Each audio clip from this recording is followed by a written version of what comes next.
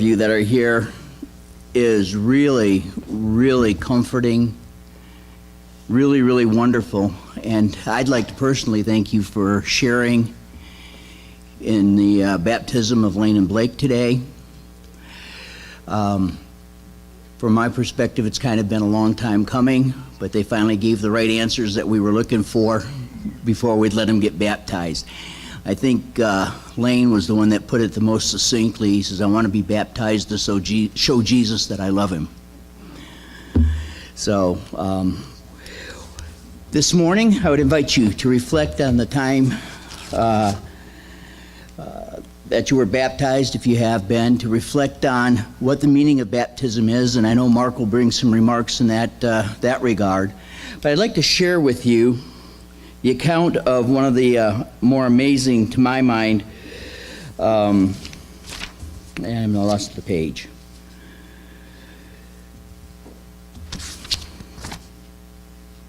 Here we are.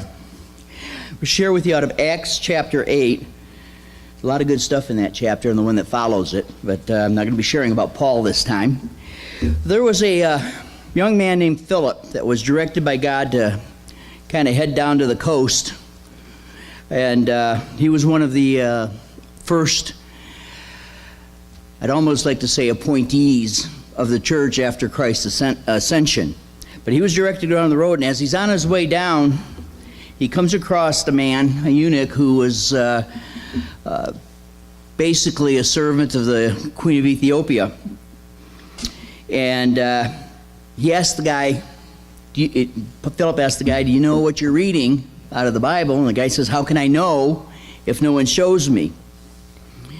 And it says, it comes to the point that Philip had shared from Isaiah about the slaughter of the lamb and such, and then the eunuch answered Philip and said, I pray thee, of whom speaketh the prophets this, of himself or of some other man?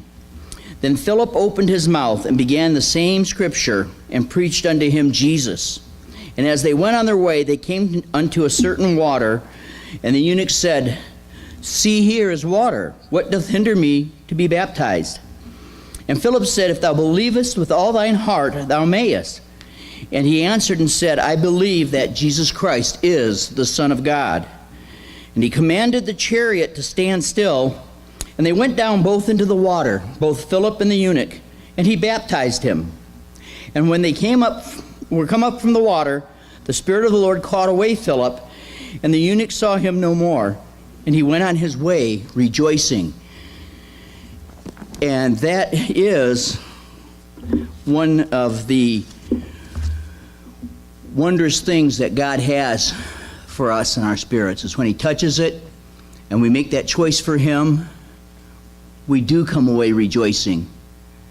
And we should be rejoicing in every moment since, because we have him. We're going to continue with hymn number 202, Here at the Water's Brink.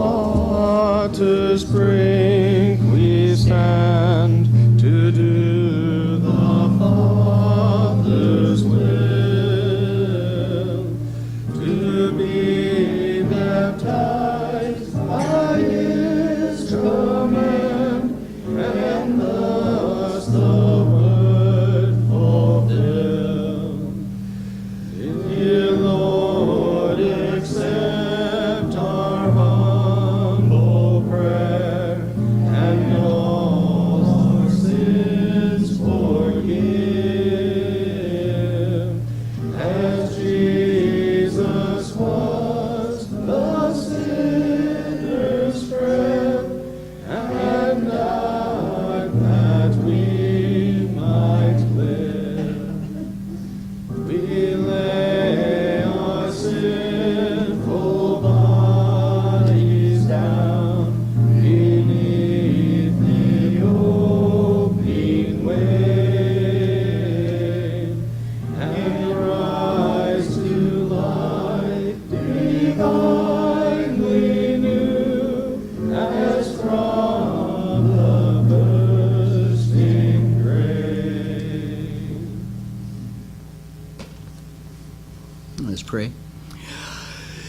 Dear God, our Heavenly Father, we come before you today thankful for the wonderful, wonderful day you've given us, the beautiful weather, but more so for the beautiful hearts that are gathered here.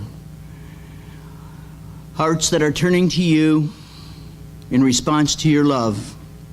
And we ask that that loving Spirit reside here with us this morning, touching each and every one, drawing us closer into your arms together as family. And we ask this in the name of thy Son, even Jesus Christ. Amen.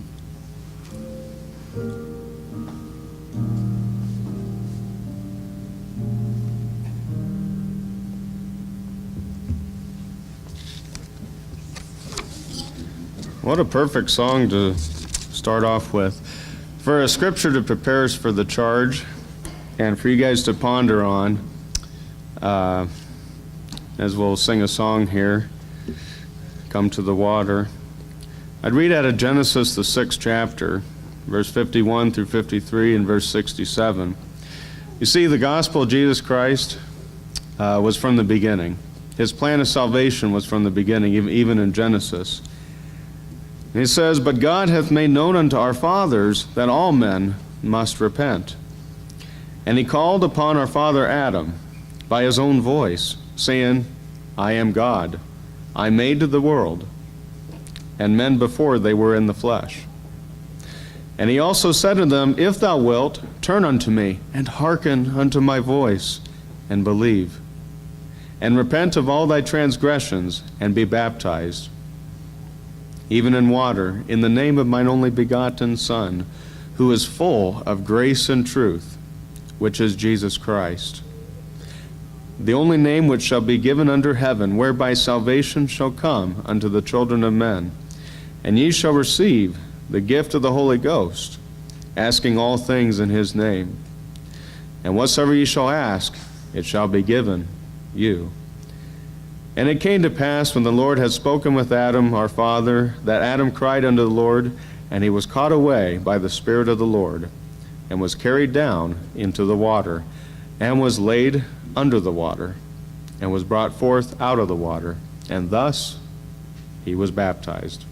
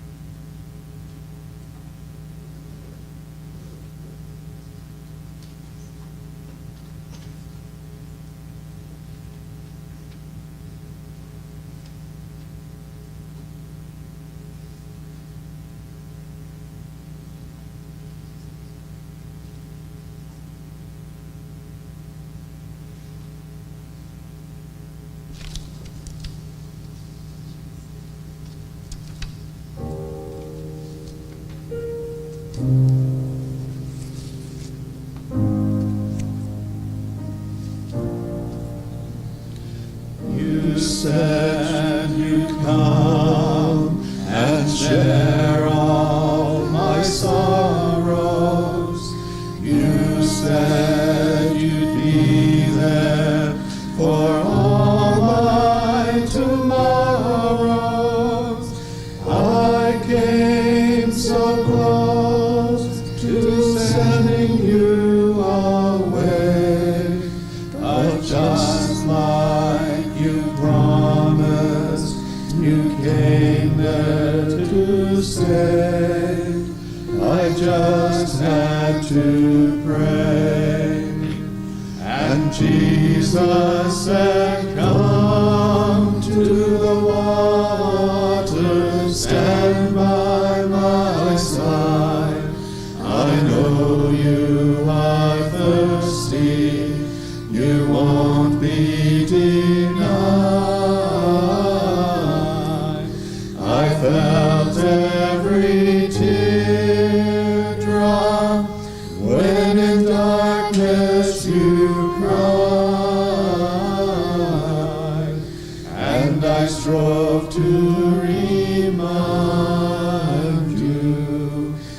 that for those tears I died. Your goodness so great, I can't understand. And dear Lord, I know now that all this was planned. I know you're here now and always will be. Your love loosed my chains, and in you I'm free. But Jesus, why me? And Jesus said, come to the water, stand by my side. I know you are thirsty, you won't be denied. I felt every teardrop when in darkness you cried, and I strove to remind you that for those tears I died.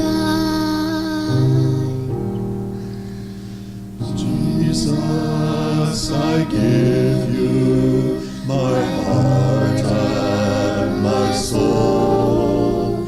I know that without God I never be whole. Savior, you open all the right doors, and I thank you and praise you from earth's humble shores. Take me, I'm yours. And Jesus said, come to the water, stand by my side. I know you are thirsty, you won't be denied. I felt every teardrop when in darkness you cried, and I strove to remind you that for those tears I died, and I strove to remind you that for those tears I died.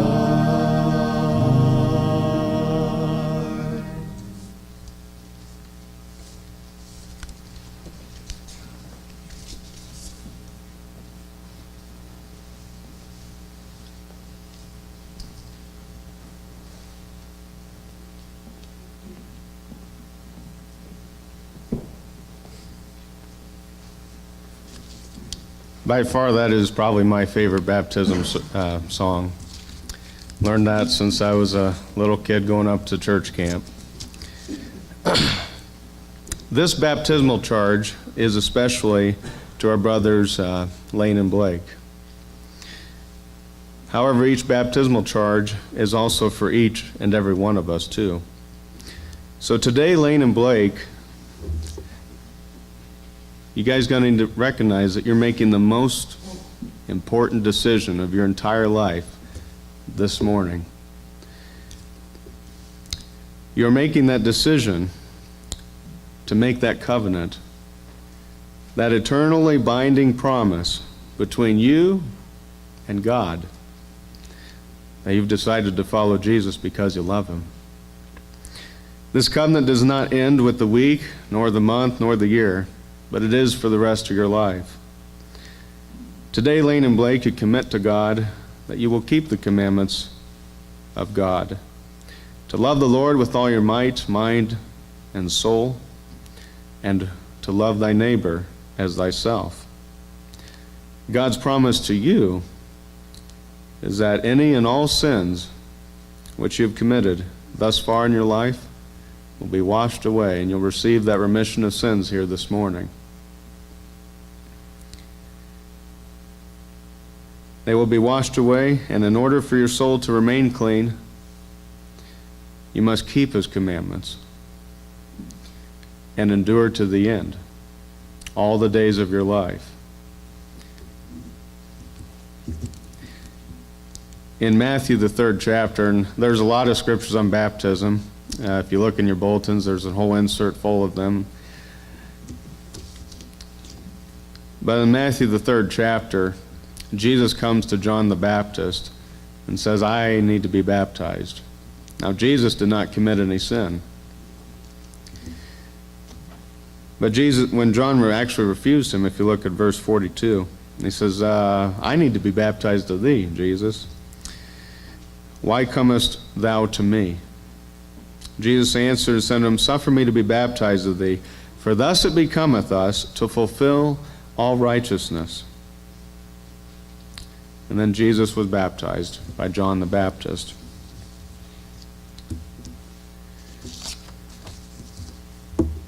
There are several scriptures, as I already mentioned, about baptism, so therefore it must be pretty important. And this one is a little controversial at times, but if you take a look at Mark 16:15 and many other places, it says, He that believeth and is baptized shall be saved. And many people will go off of that scripture, but there is a second part. But he that believeth not shall be damned. The word damned is used very few times. Most of them are in reference to not believing in Jesus or in following Him, thereby meaning it's very important to follow Him. Now the question is why? It's a very simple answer, and it comes from 2 Nephi chapter 13. He that endured to the end, the same shall be saved. And he says, Now, my beloved brethren, I know by this that unless a man shall endure to the end in following the example of the Son of the living God, he cannot be saved. Wherefore do the things which I've told you, I have seen that your Lord and your Redeemer should do. For this cause have they been shown unto me, that you might know the gate by which ye should enter. For the gate by which ye should enter is repentance, and baptism by water, and then cometh the remission of your sins by fire and by the Holy Ghost, which you boys will experience in a couple weeks in your confirmation, in the baptism of fire and the Holy Ghost. We do need to repent. That's our message that we're supposed to give in the latter days to this generation, that all men must repent. They must turn away from wicked works and have a desire to follow God. But that is the gate, as we were reading here. He goes on to say, And now, my beloved brethren, after ye have gotten into this straight and narrow path, which we've already discussed, is repentance and the waters of baptism, as you guys will be doing in just a moment. But after you've done that, I would ask if all is done. Behold, I say unto you, Nay, for ye have not come thus far, save it were by the word of Christ, with unshaken faith in Him, relying wholly upon the merits of Him who is mighty to save. Wherefore you must press forward with a steadfastness in Christ, having a perfect brightness of hope and a love of God and of all men. Wherefore if ye shall press forward, feasting upon the words of Christ, the word of Christ, and endure to the end, behold, thus saith the Father, ye shall have eternal life. And now behold, this is the doctrine of Christ, the only and true doctrine of the Father and of the Son and of the Holy Ghost, which is one God without end. So you see, this is just the beginning. It is just the start.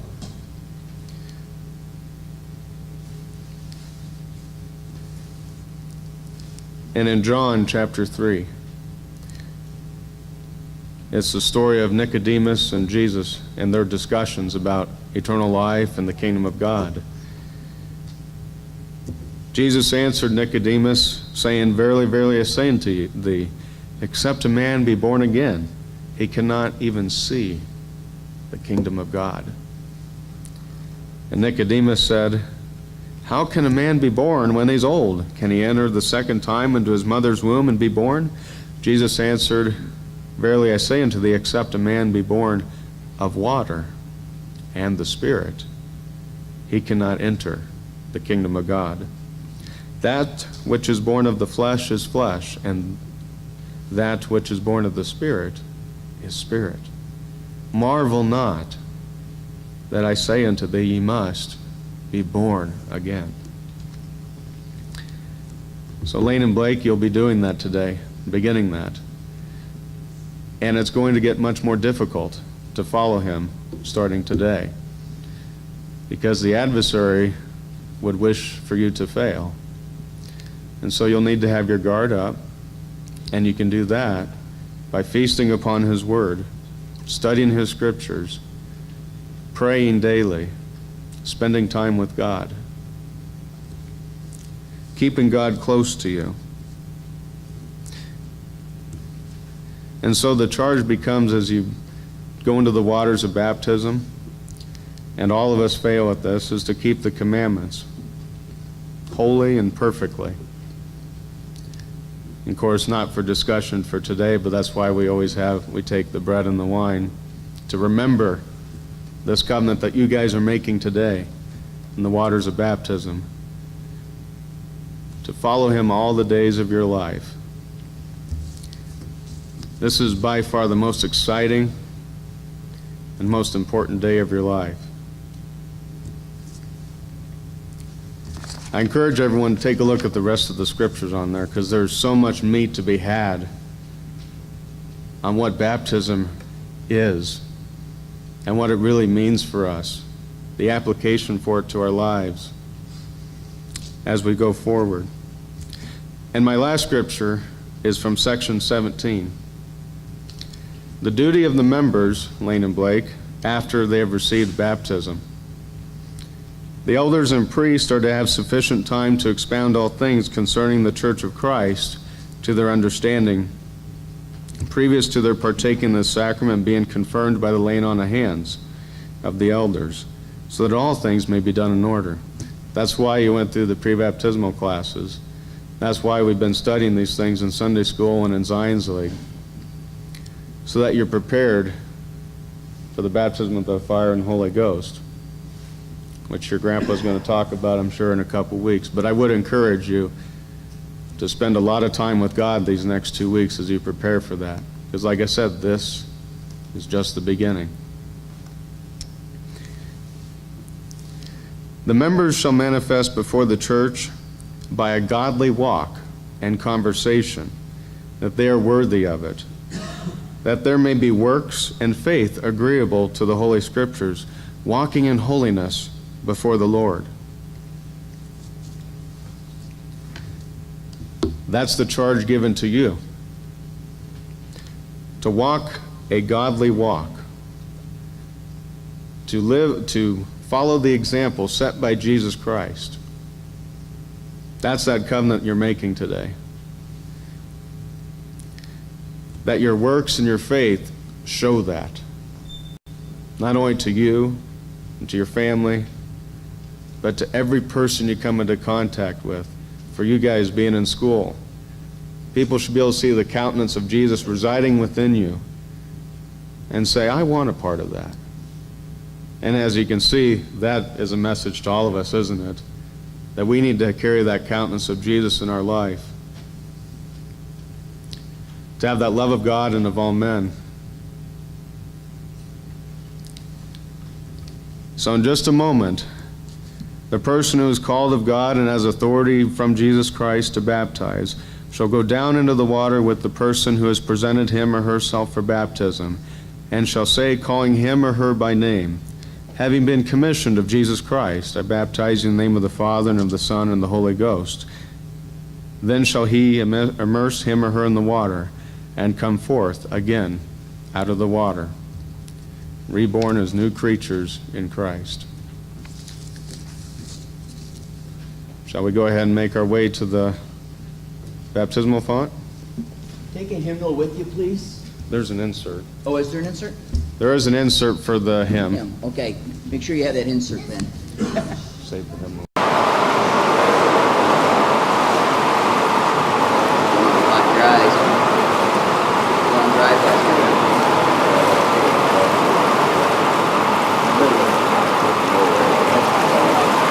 Good scoop back in.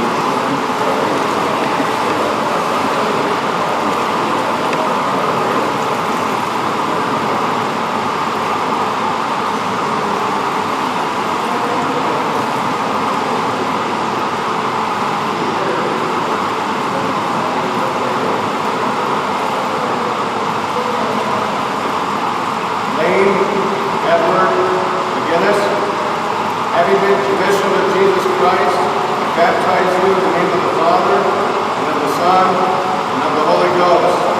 Amen.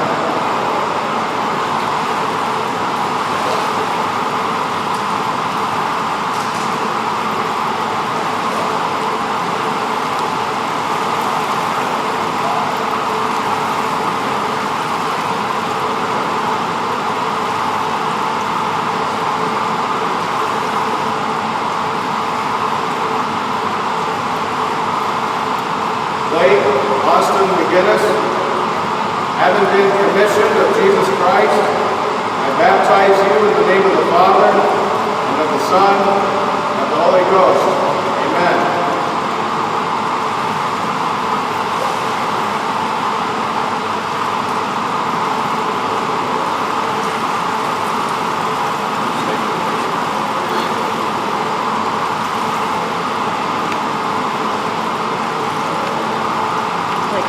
Like